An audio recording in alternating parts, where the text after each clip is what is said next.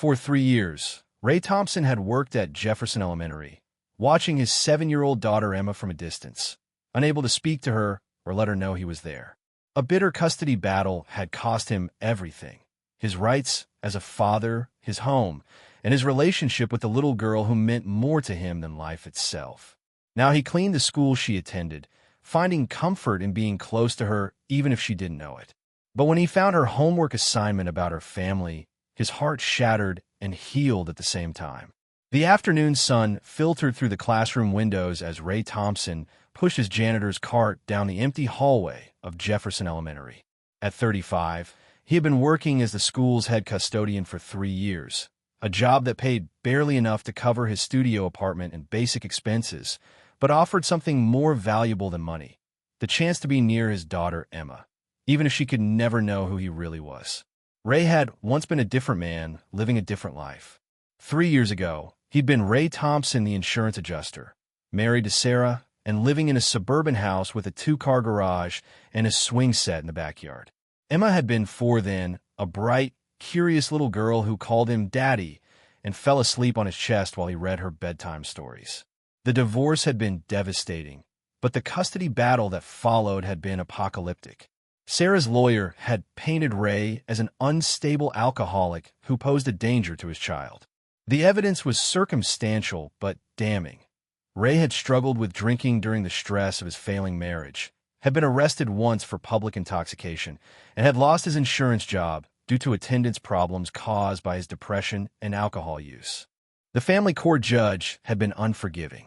Ray lost all parental rights, was ordered to stay at least 500 yards away from Emma and Sarah, and was forbidden from any contact with his daughter until she turned 18.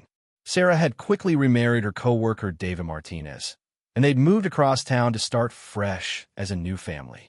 Ray had spent 6 months in a downward spiral of grief and alcohol before finally getting sober through a court-mandated program. But sobriety couldn't undo the legal decisions that had severed him from his daughter. He tried appealing the custody ruling, but without money for a good lawyer and with his history of alcohol problems, every legal avenue led to the same dead end. That's when Ray had discovered that Emma attended Jefferson Elementary.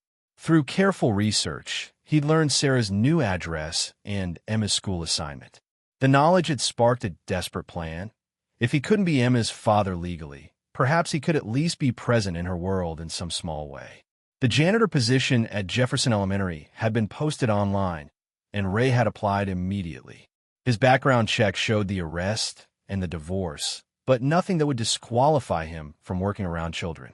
The principal, Mrs. Rodriguez, had been impressed by his eagerness to work and his references from the alcohol treatment program.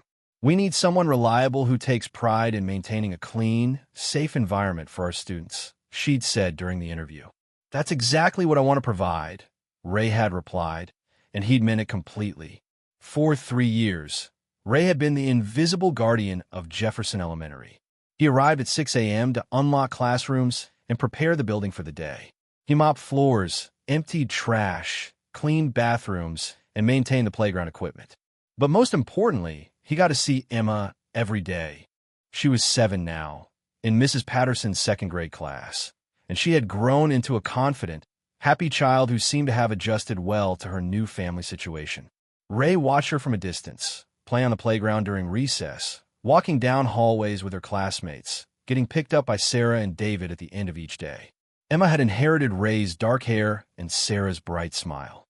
She was artistic like Ray had been as a child, always carrying a notebook full of drawings and stories. She was kind to other students, polite to teachers, and possessed the same curiosity about the world that Ray remembered from their bedtime conversations years ago. The hardest part was that Emma had no idea who he was. To her, Ray was just the friendly janitor who waved at her in the hallways and made sure her classroom was clean and ready for learning. Sometimes she would say, "Hi, Mr. Ray," when she passed him, and those moments were both the highlight and the heartbreak of his days. Ray had been careful never to violate the restraining order or do anything that might seem inappropriate. He never initiated conversations with Emma, never tried to spend time alone with her, and never gave any indication that she was more to him than just another student. But he treasured every glimpse of her happy, healthy life, even as it reminded him of everything he'd lost. On this particular afternoon, Ray was cleaning Mrs. Patterson's second-grade classroom after the students had gone home. He emptied the trash cans, wiped down the desks, and prepared to mop the floor. As he moved chairs and desks to clean underneath them, he noticed a piece of paper that had fallen behind Emma's desk. Ray picked up the paper, intending to throw it away with the other classroom debris. But when he saw the title written in careful second-grade handwriting, he stopped. My Family, by Emma Thompson Martinez. Ray's hands began shaking as he realized he was holding his daughter's homework assignment. He knew he should throw it away without reading it, but the temptation to glimpse into Emma's world was overwhelming. After 3 years of watching her from a distance, here was a window into her thoughts and feelings about the family that had replaced him. The assignment was illustrated with crayon drawings and filled with Emma's neat handwriting. She had drawn stick figures representing each member of her family, with descriptions underneath each one. My mom, Sarah, was drawn with long brown hair and a big smile. Emma had written, my mom is the best mom in the world. She makes pancakes on Saturday mornings and reads me stories before bed. She works at a bank and always helps me with my homework. I love my mom so much. My dad, David, showed a tall stick figure with short hair.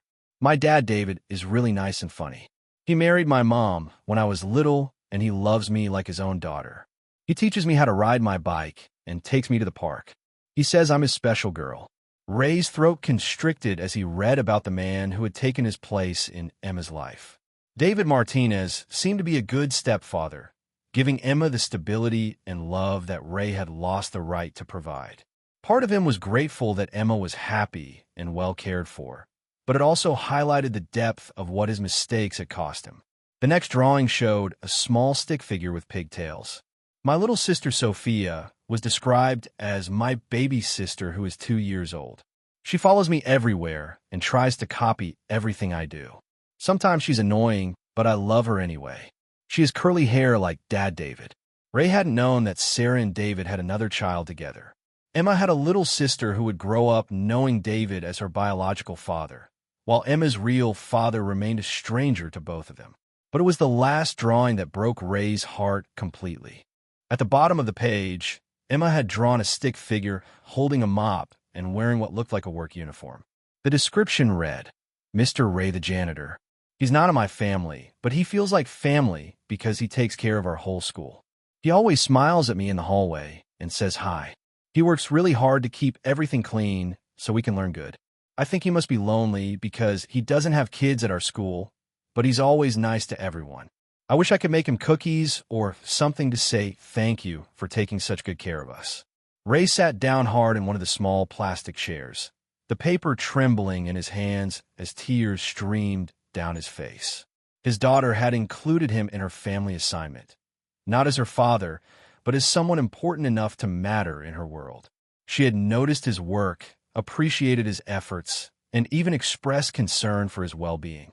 Emma saw him as a person worthy of kindness and gratitude, not knowing that every smile he gave her was a father's love disguised as professional courtesy. She had no idea that her simple hi, Mr. Ray, was the highlight of his day, or that her safety and happiness were the only things that mattered to him in the world. Ray read the assignment 3 more times, memorizing every word and detail. Emma's innocent observation that he must be lonely because he doesn't have kids at our school was devastatingly accurate. He was profoundly lonely, surrounded by children every day, but unable to claim the one child who meant everything to him. But Emma's desire to make him cookies or something to say thank you revealed her generous heart and natural empathy. Even at 7 years old, she was thinking about how to show kindness to others.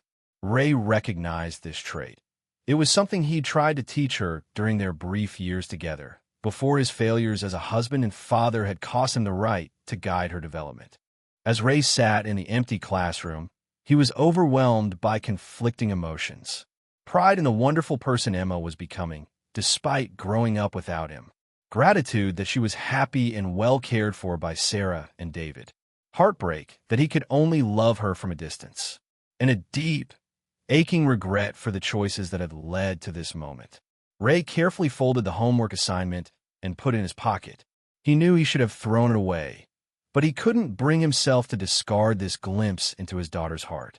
It was wrong to keep it, but it was also the most precious thing he owned. The next morning, Ray arrived at work with a new sense of purpose. If Emma saw him as someone who took care of their school family, then he would be the best caretaker possible. He would ensure that Jefferson Elementary was spotless, safe, and welcoming for all the students, but especially for the little girl who had unknowingly given him a place in her family story. Throughout that day, Ray paid extra attention to Emma without being obvious about it. When she said, "Hi, Mr. Ray," in the hallway, he made sure his smile was especially warm. When he cleaned her classroom, he took extra care to arrange the desks perfectly and ensure the art supplies were organized just right. During lunch, Ray noticed Emma sitting alone at a table, looking sad. Another student had apparently spilled chocolate milk on the drawing she'd been working on, and she was trying not to cry. Ray approached with his cleaning supplies. "Looks like you could use some help," he said gently, offering her paper towels.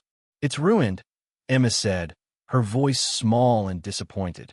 "I worked really hard on it." "Sometimes accidents happen, but that doesn't mean we give up," Ray said, helping her clean up the spill. "I bet if you started over, you could make it even better than before. And next time, maybe keep your artwork away from the milk cartons." Emma giggled despite her disappointment. "You're right, Mr. Ray. Thank you for helping me. That's what I'm here for," Ray said, meaning it more than she could ever know. As Emma walked away to get fresh paper for her drawing, Ray felt a warmth he hadn't experienced in years. He had been able to comfort his daughter, to help solve her problem, and make her smile. It wasn't the same as being her father, but it was a connection, a moment of genuine care between them. Over the following weeks, Ray found small ways to be helpful to Emma without overstepping boundaries. He made sure her classroom always had fresh flowers from the school garden. He fixed a loose tile near her locker that had been wobbling. He ensured that the playground equipment she favored was always in perfect repair. Emma began to notice his extra attention, though she interpreted it as general kindness rather than anything personal. She started bringing him small drawings and notes, thanking him for keeping their school so nice. Ray treasured each one, storing them carefully in a box at home alongside her homework assignment. One afternoon, Emma approached Ray while he was cleaning near the main office. "Mr. Ray," she said, "I have something for you." She handed him a small package wrapped in construction paper. Inside were homemade cookies and a card that read, "Thank you for taking such good care of our school. You make it feel like home. Love, Emma." Ray's eyes filled with tears as he accepted the gift. "Thank you, Emma. This is very thoughtful. I made them myself," she said proudly. "Well, my mom helped, but I did most of the work. I remembered what I wrote in my family paper about wanting to make you cookies." Ray's heart stopped. "Your family paper? You know, the homework where I wrote about my family. I included you because you take care of all of us." Mrs. Patterson said it was creative thinking. Ray managed to smile. "That was very kind of you to include me." "You're welcome. My mom says it's important to appreciate people who work hard to help others, even if they're not related to us." As Emma skipped away, Ray realized that Sarah had taught their daughter to value kindness and recognize the contributions of others. Despite everything that had happened between them, Sarah was raising Emma to be a caring, thoughtful person. That evening, Ray sat in his small apartment, eating Emma's homemade cookies and reading her thank you card. For the first time in 3 years, he felt something approaching peace. He might not be Emma's father in any legal or recognized sense, but he was part of her world. She saw him, appreciated him, and cared about his well-being. It wasn't the relationship Ray had dreamed of having with his daughter, but it was real and meaningful in its own way. Emma was growing up happy, healthy, and kind. She was surrounded by people who loved her and provided for her needs. And somehow, despite all his failures, Ray had found a way to be a positive presence in her life. As Ray looked at Emma's drawing of him, the stick-figure janitor with a big smile, he realized that sometimes love isn't about the role you're supposed to play, but about the impact you're actually making. Emma had made him part of her family story not because of biology or legal rights, but because of how he made her feel safe and cared for in her daily life. Ray Thompson might not be Emma's father anymore, But he was Mr. Ray, the janitor, who loved her enough to ensure that her school was a clean, welcoming place where she could learn and grow.